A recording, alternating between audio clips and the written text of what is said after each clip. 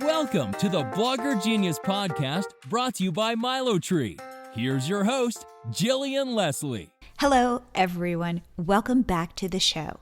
First, I want to say a shout out to everybody who's gone to iTunes and rated us and left reviews. I can't tell you how much I appreciate it. If you're enjoying the show, please head to iTunes and do the same. This way, other people can find us and I can continue to get amazing guests. So today I'm excited because I think these two guests are amazing. Today I'm interviewing Jessica Gleim and Amy Christie, and these are the co-founders of Flairst Creative Collective. These women are digital marketers and they know their stuff. In fact, David and I at Milo Tree are using them to help us come up with our strategy, our ads, how we're using Facebook and Pinterest and funnels, and we're going to break it all down.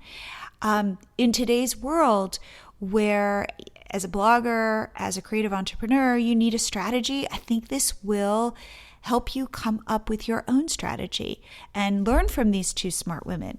So without further ado, here is my interview with Jessica and Amy. Jess and Amy, welcome to the show. I'm so glad you're on the podcast. Thank you so much for having us. Okay, so that's Jess. And then yes, and so then I'm going to say thank you for having us as well. And I'm Amy. And you're Amy. Great. Okay. So you guys are digital strategy experts and you do a lot of work in ads, in Facebook ads and Pinterest ads.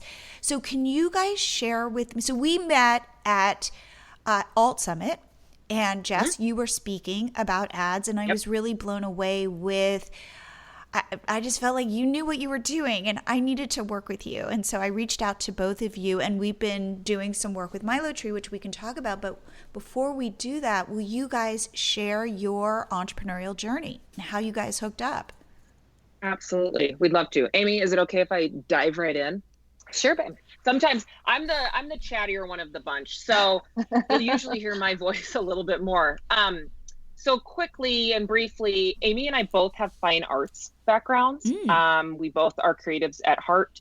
We both have BFAs, and that's what we went to college for and kind of what our dreams were, wanting to be artists and visual artists. And we, through our own different roads of growing up and getting married and having children, Amy's road kind of expanded into the photography, styling, content, DIY side, and mine went more into the e-commerce product side of the digital world. It just naturally, with the evolution of where things are and where people are living their lives, we kind of ended up moving into digital spaces individually of each other and started building clients and doing digital strategy and execution and content for various clients. And we both have kids. Amy has 3 and I have 1. And after having my son a couple of years ago, I realized I don't want to do this by myself. I need another mom. You know, I specifically want another mom to work with that can be by my side. And if I need to, go run out and take my kid to a doctor's appointment, I don't want a client to miss out on something. So I really wanted to partner up with somebody. And I'd been thinking about that for a couple of years. In the meantime, Amy kind of had the same thought process rolling around in her brain that she wanted to grow and expand and do more because her 3 kids are all in school. And so she has more time to invest into, her profession and what makes her feel happy and excited. And we met at Alt several different times, but we never really connected. And at the Alt Summit 2018, wow. We ended up being roommates, randomly we roommates. We were roommates, but we did not know each other. So, the thing with the Alt, at least my experience with Alt, is like the amount of money that you were going to spend on, the tickets and your flight and the things. So they end up rooming with other people. And this year, the 2018, I got a ticket last minute and I was like, I'm just going to go. And ended up rooming with, I knew one person. And so she was like, I have one more, spot in my room and with 2 other people that I can introduce you to. I'm like, okay. And Jess happened to be one of those other 2 people that I didn't know. And, we chit chatted a little bit, getting to know each other. And then it turns out that she was doing the kind of work that I was, interested in moving towards more. And so then we spent like the day talking each other's heads off. Like it was love at first sight, honestly. It was. Yeah. And then we were sitting outside next to the pool, and we're just chit-chatting about, again, ideas, because one thing that we do really well together is just continually talk. We've done that to you before. We just talk. Yeah. And she leans over and she's like, do you just want to do this together? And I was like, yeah. Wow. And then that's where it came. That's where so we really just dived in last year to fine tune what we want to do, what we enjoy, and really what we do well at with our clients, and the ways that we can help them. And we've really just fine tuned that into this digital strategy business called Flairst, and that's how we landed here. I love that. Yep. What a great story. That's just, and you guys, it's very serendipitous. Yes, and the weird thing is like we keep finding these similarities. Like we'll be texting random things, and then we'll both type the same thing, and then we like. One day I showed her this potted plant that I bought, and she goes, "Oh my gosh, I have that same pot and same plant." And we forgot to tell you that I live in Minnesota. She lives in Utah. And so we don't even shop at the same stores or at the same time. And all of a sudden I sent her this picture of this new plant I got. She goes, I have that same thing. And the pot and the plant were bought separately. Like it wasn't like they were one thing.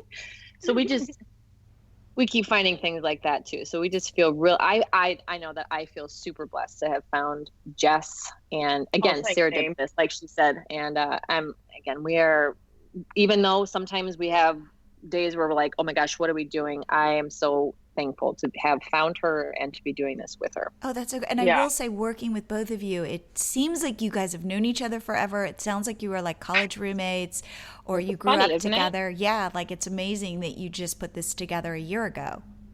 Well, and to your point of, and why we've kind of gotten into this is, I feel in my personal life, I feel like I do better when I have a team, meaning,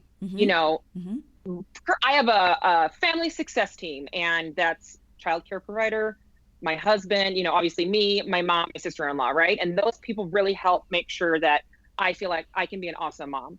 And I've noticed that is really successful in all these areas of my life. And so professionally, I think it's also important to have your team. And, you don't have to go this alone. You just have to ask questions and find the right people. And then you make a connection. And then here we are, that's like working together has been the right fit for Milo Tree. And we really have grown wanting to be that resource and help other people not feel alone or isolated in their entrepreneurial journey. Because being a digital entrepreneur can feel isolating because you're behind your computer all day. Totally. You may or may not be in an office or not. So right. One of the hopes of the podcast is so people don't feel alone. Exactly. So that I'm there bringing guests in, and hopefully I'm your friend and we can get through this together. So, and the other part of it, the other part of the digital, jobs that we have is they're not just like you're just typing up, blog posts, or you're just pinning things on Pinterest. You're having to do the jobs that you're having to do in order to be successful is you're doing absolutely everything from setting up your website to, making those blog posts, to, doing the social media part, to connecting with sponsors and things like that. And so the thing is we know this, we know all these parts. And so, we can see the benefit of having a group like us be beneficial and helpful in, making concepts like digital ads, more attainable. Instead of you having to spend hours reading articles on how to do it, we've done that. We know how to do it. So we're going to show you how we do it in an easy to follow, quick way. Not quick, just but it's set up. You don't have to go searching for all the information, and we know that, right? Because we've done it, and that's what I love about Milo Tree is the fact that you understand that part, that you're going to go. We don't want to make this super complicated for people who use the Milo Tree plugin. That it's like we want to make it so that you do this, this, and it's set, because there are a million other things that you need to be thinking about, and that's just in the business world. The business job. And then you have your whole real life stuff, and there's just a billion things in there too. So I don't know, because we're thinking about the clients and what would be beneficial to them, I feel good about the things that we're trying to create for Absolutely. them too. Okay. So let's step back for a second and let's just talk about the world of online advertising. Mm-hmm. And I want to ask, one, why is it so powerful today? And two, if I'm a blogger, like what kinds of online entrepreneurs should be advertising? Okay. All right. Can I go with the why Yes. digital ads? Because Yes. it makes me laugh. Because why are they so powerful? Because where are the people today? You know, we have those articles from all the scientists that are like, we need to get off our phones and our digital devices, but that is where we all are. And so being able to take advantage of putting ads and marketing to people who are on this platform, on the internet, is why wouldn't you do that? And what makes digital marketing so powerful is that we have never been able to micro track people the way that we can with digital advertising. Right. You know, with the platforms we have, we can get very, very picky about who we want to show these ads to. And the thing is depending on where you're setting up your ads, the ads aren't just going to show up on a social media platform. They're going to follow you around wherever you go. They're going to go on the blog posts that you read. They're going to go on the newspaper articles that you read. They're going to go in on when you're Googling what's wrong with my child, what sickness do they have today? That's going to show up there in the sidebar, and it's going to be there all the time. Right. It's creepy. It's creepy and also useful. I mean, as you're saying creepy. this, I'm like, oh my God, this is so creepy. But then I will tell you that I'll be on Facebook, let's say, and an ad will scroll by that like a company I've never seen before of like shoes, like new sneakers or something. And I love them. And I'm like, how did they know that I would like this? I'm weirdly happy that they know me so well. And it also creeps me out. So I feel of two minds. Yeah. But if we were to take the judgment out of it, I agree with you, which is it is really powerful. So powerful.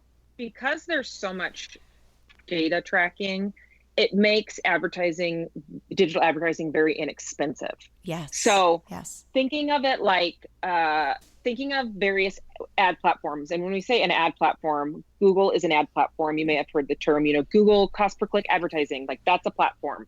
Pinterest has their own ad platform. Facebook has their own ad platform. And if you think about it, as a business owner, that these are tools in your toolbox of a way to reach people. And so back in the day, we would reach people by, billboards or radio ads, and those newspaper are all ads. Still, exactly. Yellow, the yellow pages, print ads, right? That's what you did, because those were our only options. And now we have so many more options that are right there at our fingertips that come with lots of, ways to figure them out and things to test very inexpensively. And that's the other piece that makes it really, really valuable for business owners is the amount of capabilities of tracking. So you can really, like Amy said, make it like really dial in, and you could reach people in a specific area that make a certain amount of money that are interested in specific websites or specific topics, or, they're expecting a child or they just had one. Right. They get detail oriented, and it is affordable. Anybody can do it. The minimum ad spend on Facebook for a day is $5. Okay. So if you have $5, you can send some pretty good traffic to your website. Now, here's the thing. So I'm a blogger, and let's break it down. I'm a food blogger, and I don't sell anything. Is there a case to be made for me to be spending on ads? Because I'm never going to make that money back in traffic than I'm spending to get traffic. Does that make sense? So my question to you is if you're not selling anything, how does a food blogger make money? So in my experience is that, well, I want you to answer too, but my experience is that you work with sponsors. Right. Is that how? And ads. So sponsors and ads. So for those things to what sponsors and what ads want is traffic. In order for you to get paid more money per ad, you have to have more traffic on your site. And those sponsors want to work with people who have more traffic. And so even though you're not making money off of a sellable product on your page that you're routing people, that you're trying to get people to buy, if you are increasing your traffic, you're making people more aware of your brand, then in the end, you're going to have more money per the ads that you have on your site. And you'll have a higher numbers, higher metrics to share with sponsors who are interested in working with you. Got it. So again, the end product, that conversion is not to sell a product because you don't have that, but the end product is that you're going to have higher traffic, which will benefit you in ads that get payout and then sponsorships. Got it. Okay, now let's say I sell a product, and let's say I sell a cheap product. I sell an ebook for $6.99. Does it make sense for me to be running ads? Yes, because ultimately your goal is to figure out what your cost per conversion is. So in this case, remember Amy had mentioned micro conversions versus the big conversion. Okay. And the big conversion in this case would be sale. somebody buys that book for $6.99. If you could get the entire process from start to finish for somebody to be introduced to the book, be interested in the book, sold on the idea of they want this book, and then they download this book for say 75 cents or less, and then the rest of that would be profit, then you could just run those ads on their own and you'd make that residual income, and you don't have to do anything else because the traffic would just continue, and you built this basic little funnel through the ads. And then you can figure out again what that overall cost per conversion, how much it would cost you in ads to convert one customer for that $6.99 product. And if it makes sense, if you could do it for $1 or less, then, and the rest of it's profit, then you just let it go and you've just set it up, and then you've got residual income and new traffic's coming all the time, and you don't have to worry about it. So it's like a flywheel. Like it just it just keeps going. Now here's the thing: does it make sense? Does it make sense if I'm selling it for $6.99 to spend $6 per conversion? Does that still make sense? Well, that's an interesting question. It could. If your ultimate product is just the $6.99 ebook, probably not. If it took you $6 in ads to sell that, that probably won't make sense. However, your $6.99 product might be your tripwire. Meaning like that's your initial cheap thing that you got someone to buy something, and now they're interested in you. They bought your product. They've made a commitment back to you by buying something, and it's to cost you $6 in ads to get that person interested in you. But maybe your ultimate goal is that you're selling a $5,000,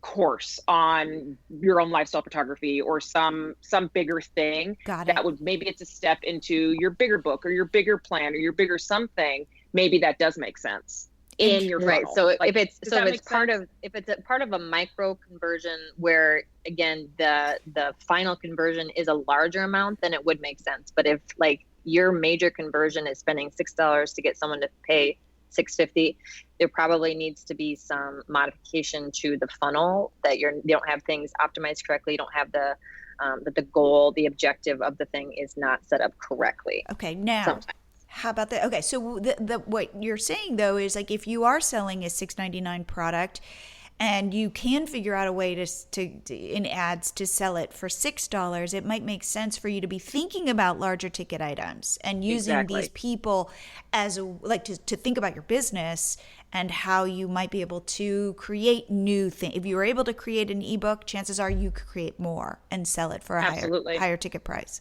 Okay. Absolutely. But then like what I just said is when you tell me that, what I want to do is go back and look at what the funnel was to begin with and see if you have because we have had ads before that the objective wasn't quite right or the audience wasn't quite right. And so it was very expensive to get people to convert to do that conversion.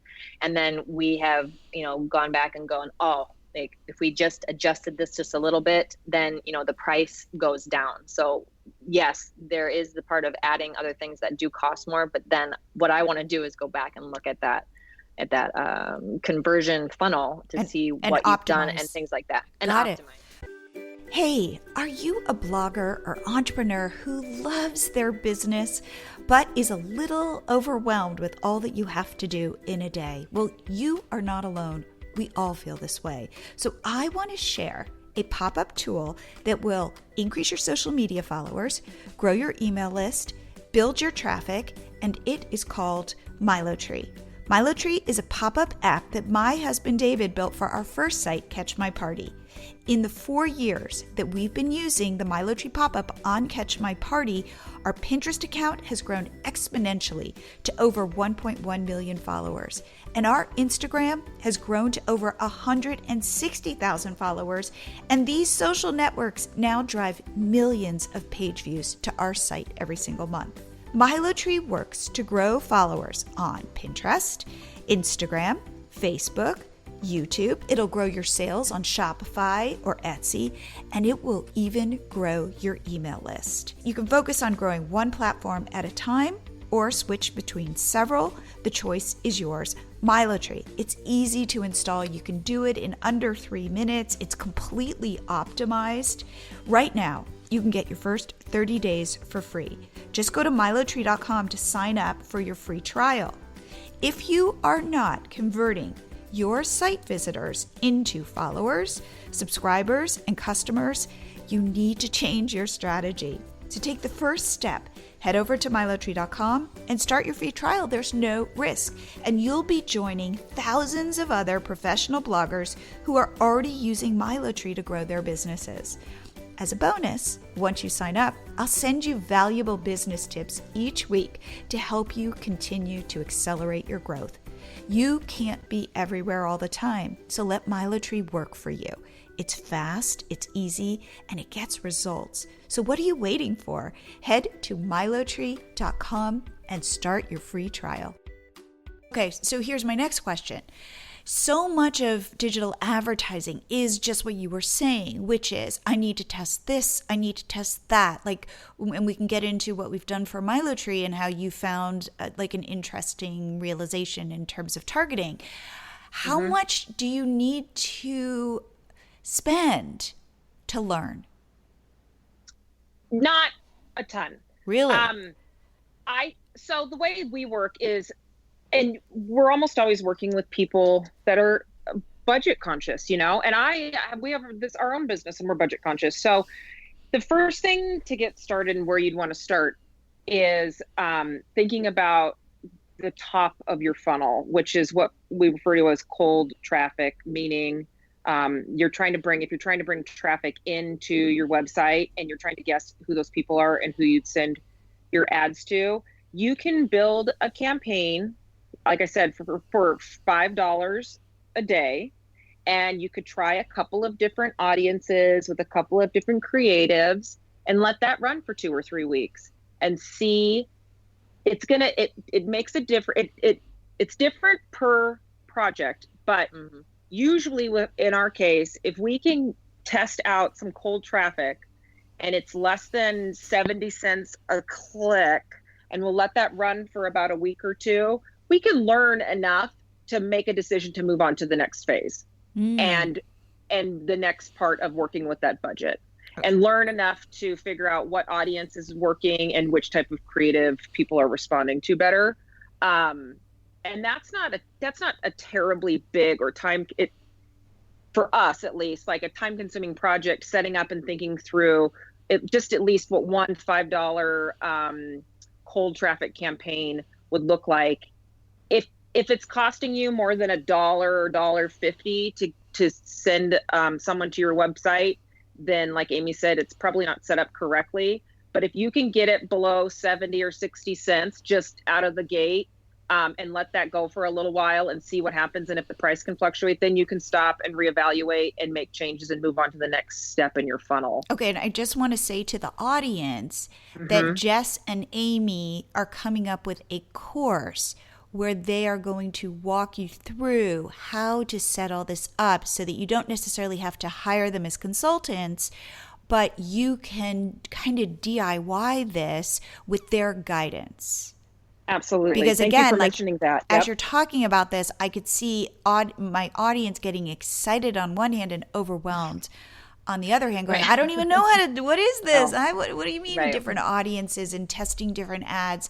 And even me, I'm super happy that you guys are doing this for us. You know, we're working together on this, but you guys are really the experts and we are following you in terms of going, yeah, that's a good idea. Let's test that. So if you are interested in this, you know, so listen to this talk, but know that they're going to kind of break it down for you if you're wanting to go deeper in this. Yes, and hold your hand and kind of walk through each of these stages of what's that, like what you said, what's that first decision? What's the first thing that you should be doing with your ad? What's the second thing you should be doing with your ad? What's the third thing you should be doing with your ad? And also just like saying those things like, you know what, if you can get traffic for 60 to 70 cents, that's good. You're learning. If you're paying $1.50, you need to adjust that because, you know, we've tried ads on our own and that's where we get it, we kind of set it up, but then we're like, I don't know, is this working? Is it not working? It's like, I need your eyes to say yes or no, or let's go this way. So let's talk briefly about how you've thought about MiloTree and how you started to set up Facebook ads for us, and then how we might add Pinterest into the mix. Perfect. Amy, do you want to talk about what you set up and then we can talk about what we learned? Yes. So what we set up initially was to send traffic to MiloTree. On Facebook. Through Facebook. Yes, sorry. So we started with Facebook campaigns. So we started with and we're setting up cold audiences and trying to figure out and send traffic to MiloTree so it can get pixeled. Now, if for those who don't know, pixel is Facebook's code that you can put on your website that then traffic. So then it sends those statistics similar to like what Google Analytics is, but it's the Facebook version of Google Analytics. So in sending traffic to MiloTree with the pixel in place, then we're able to learn more about the audience and the type of people that are going to MiloTree, people who are interested in MiloTree. And what I wanted to say a while ago was with learning, when we talk about learning, there's two types of learning. There's learning that we are doing as the people who are analyzing the statistics, but then there is also the other part of Facebook learning about the audience and about their behavior. So it's like, so there's two types of learning. Facebook has to do some, and then we, as the humans in this scenario, have to learn how to read the statistics. One of the things that can be tricky that we find hard for doing digital advertising is the lingo. And so, I know when we're talking about it, I'm like, all this stuff makes so much sense to us, and it's kind of confusing if you haven't done it before. And so within Facebook, the number one thing that people do wrong is that they don't optimize the ad correctly. And what that means is that they haven't told Facebook exactly what they want the ad to be doing and the purpose of it. And that's what this term means, objective. And when we say the objective. And when you go to click create an ad with Facebook and it walks you through this guided creation, it asks you in the beginning, what's the purpose of what you're doing? And it gives you a bunch of different options. And one of them is awareness. One of them is traffic. There's lots of options, catalog sales, conversion, store visits, all kinds of things that are listed in there. And when you choose that, objective, you are telling Facebook, okay, the goal of this campaign is that I want people to do this. And so if you choose the action awareness, we are telling Facebook, okay, the goal of this campaign with MiloTree is we just want people to hear about to come in contact with it some way. Like you see the ad pop up, you see the thing about it, maybe you see the slideshow and then you move on to something else. That the goal is to just see, to just touch somebody. Hey, got it. Nudge, right? Right. And that is something that can run really inexpensively and can often be a really great top of the funnel. Meaning the first time you're trying to just nudge somebody. Then the other objective was traffic, meaning we wanted to send people to your website. So we were telling Facebook, okay, hey, the goal of this is we want to send people to the website. That's the action we want them to take. And so that is a little bit more expensive. Right. That's where we started with MiloTree originally, and we were around 60-ish something cents per click for traffic. We wanted to see if that can get lower. Personally, I think for a click over to your site, if you can get it to under 30 or 30 to 20 to 30 cents, I think isn't a terrible place to be. Okay. So that would be like, say, our next goal. And the way that I want to get there is go backwards again. Start at the top. Did we make sure that people heard about us enough the first time that then they hear about us the second time with the traffic that they're actually going to go click? And will that actually make that process become less expensive? Interesting. Does that so make then, sense? yeah, totally. But then you're going to add the price of awareness with the price of the click. And you still think that can come in lower than just trying to get traffic, to pay for traffic. Correct. That's our long-term goal. What I love about working with you guys is that you are breaking it down. So in the way that David and I think about it is we're like, okay, we should just set up ads to get conversions. So people put their credit card in and then they'll get their 30 days free and boom.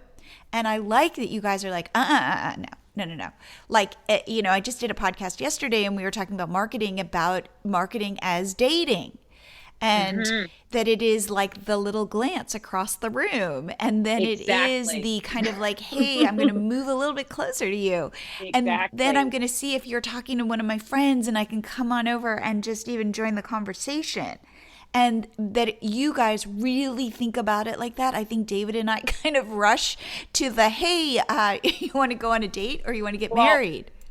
Well, I mean, because that's what you, I mean, yes. I mean, because again, the end goal is because you're thinking about, it's not even just that you want people to buy things. You're thinking about what the money that you've spent. At least that's what I've spent all this money on this thing. Yes. And what I need people to do is to buy that thing so that I get money to cover those things. And so we often think of like that if we post an ad, people are going to see it and they're going to want to buy it because they're going to love it just as much as you. Totally. But they don't. No. They don't know the blood, sweat, and tears that you put into that product. They don't love it like you do. So you have, it's not going here.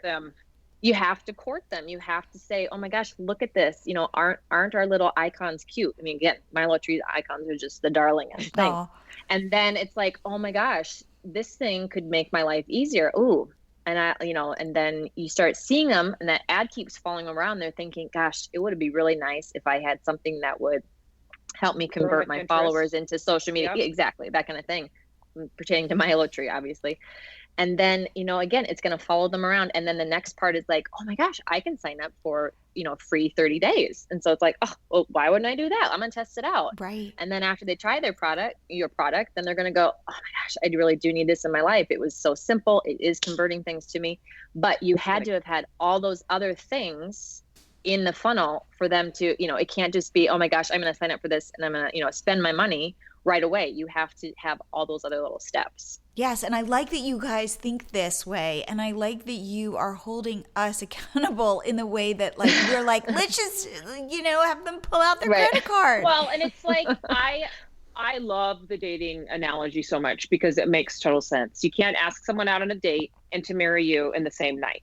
Right. We think we can because our product is so awesome, right? And we know ourselves. Like we're so like I'm so awesome. Date not only date me, but like marry me. Marry me forever. But you do need to have that little glance from across the room and have that little like heart flutter. And then you do need the next little micro conversion to be that the person comes over and talks to you and introduces themselves. Then you need the next little micro conversion to have they got your, like phone number, like and moving on to the very end. And that's A, the point of all these various objectives that Facebook offers, and B, the point of thinking through what this funnel looks like, because it's going to take you a little bit of money and a couple of campaigns to learn about your users and your traffic, and then it's going to take you a little time to tweak it, but you should be able to figure out what your funnel looks like, and it might be 5 different ad campaigns.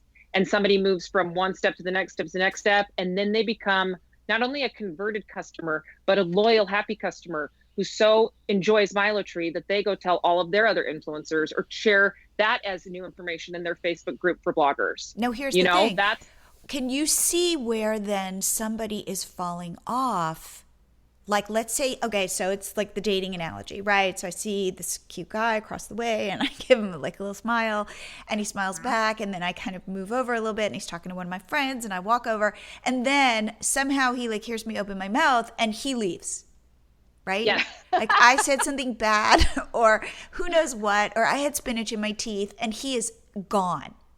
Like, yes. Can you see this in the funnel and go, you know what? We got to remove the spinach.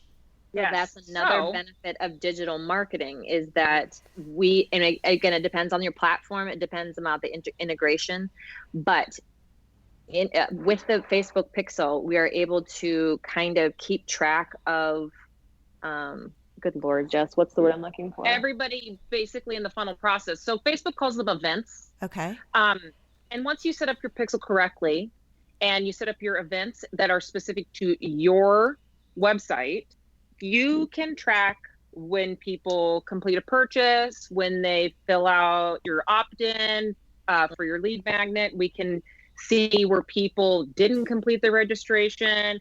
If someone, say you have an e-commerce store and you sell a bunch of products, if people abandoned their cart, yep. If someone clicked on a product and left, if somebody interacted with that page more, if somebody viewed a video of yours for a couple of seconds or longer, these are all the types of things that the tracking codes track on us. There also is this custom conversion thing. So we can watch people as they click around your website. Basically, we can see where they're hopping. And so like, e-commerce site, we can see that, I'm going to use very round numbers.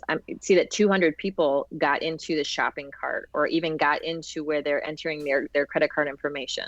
But then only 10 of those people made it into actually the checkout, where they have put their credit card in and they've purchased the things. So we can see, which again, that happens. There's a large percentage of people who put things in shopping carts and then don't buy them. Right. I am one of those people. I am too. But you can then think about, but then you can think about, what could I do to improve that statistic? So you can think about abandoned cart sequences, or reminding people that they did leave this here and that kind of stuff, or even, retargeting them with products that they had in their cart. So that follows them around and just like, oh my gosh, I need to buy this. Okay. So what I will say is, hearing you guys, I feel like I need a PhD in this. So in your course or in your thing that you're selling, will you really walk me through this so that I can set these up and know what I'm doing and know how to see if it's working? Because I can't tell you how many people, and I am in this bucket,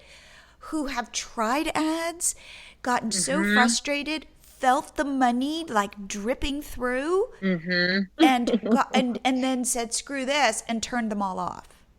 Yes. Right. And lost hundreds of dollars. There are kind of two sets of way to look at it. There's like the understanding Facebook ads and cold traffic, and basic retargeting. And then there are definitely some more complex strategies. Our mission is to help people figure out how to accomplish like phase one, which is understanding all the objectives, understanding the base objectives, understanding the customer buying cycle, which is the idea of a funnel, helping you figure out what your stages of your funnel should be and how to build those campaigns within your Facebook Manager, a breakdown of all the lingo, a breakdown of like navigating around Ads Manager, a breakdown of how you can edit something, how you can check the comments that people have left for you on the ad, all those types of things. So it's everything minus dynamic ads and dealing with product collections, which we're gonna eventually grow into something else. But that we want to hold your hand through that process. So we have chapter 1 is just about how to set everything up. So what do you first need to do? Well, you first need to have a business page on Facebook, because that gives you access to Ads Manager. And then step 2, and then you need a business manager, and you need to make sure your Google Analytics is set up, and you need to make all these things so that you can collect, do all your data correctly. So making sure that you're set up correctly is so important. And then moving into understanding and learning who your current audiences are, what your current creative is, what you have to work with, and how you can take all the awesome content you already have and turn it into an ad funnel to meet the end big result, which is your big conversion. And that can all be done on Facebook Ads Manager. And we are excited and feel really confident that as long as if people learn the funnel steps and if people understand the objectives correctly, which we want to explain everything so detailed to you, you can pick the right one and it will be optimized correctly. And Facebook will send the right traffic to you that will take the right actions for the right stage of that funnel. I love it. Okay. So here is, how can people then learn more about you, sign up for this? Because as you say, like, what I want to leave everybody with is, this is worth it. If you sell something, it's not something like me, who comes in and tries this and then goes, screw it, I can't do this. This is worth learning, and that you will hold my hand through this. So first off, you can find us at our website, which is flairst.com. Spell it. Spell it. FLAIRST. Flairst. Great. FLAIRST.com. You can find everything we're working on, courses, free resources, articles, etc. If you're looking for more help from us, you can reach us there, or just come say hi. Follow us on Instagram. Perfect. But the other reason why we're so passionate about digital advertising is the bigger picture of the internet and the digital age. What's happening? One, like Amy said, where's everybody spending their time during the day? It's on a computer, whether it's professionally, and it's on social media, and it's reading articles, and everything's digital. Secondly, there is so much content and so much competition now in almost every industry that it's really hard to maintain your SEO, the amount of effort and time you have to put into it, into organic ranking. And if you are coming into this with a new idea or a fresh take on something and you want to start a website, it's really hard with the current algorithms of social media and with Google to show up. Yep. And that's why paid advertising is so important. And that's why we were so passionate about it, that we want entrepreneurs and business owners to feel comfortable and confident that they can convert customers themselves using these ad platforms successfully, because it's just going to get harder and harder and harder to try to rank organically. Right. And that's just where everything is moving. And right. Is it sad that we've got to pay for everything? Yes, it is, because I started with blogging. I mean, it is sad, right? But the thing is, it's not going to change. Like, I started blogging when Pinterest worked for the content creators and Facebook worked for the content creators. And, I have that knowledge and I know what it was like. And so I am sad that it doesn't work like that anymore, but I can't fix that. And so then this is the next step. You need to learn how to be able to use these tools that are here and how to use them effectively for you, because it isn't going to be like it was. It isn't going to work that way anymore. And I will say, it's not super expensive if you know what you're doing. Right. And that's why we've hired you guys, because we don't know what we're doing, but you need to jump in and you need to learn. And I am, really excited to be learning along with, with you guys as my guide, as our tutors.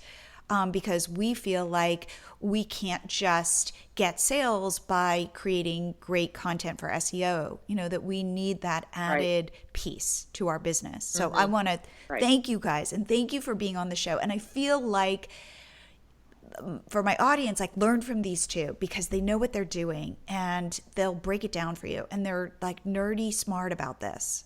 So trust them. Well, I say that as a nerdy smart person.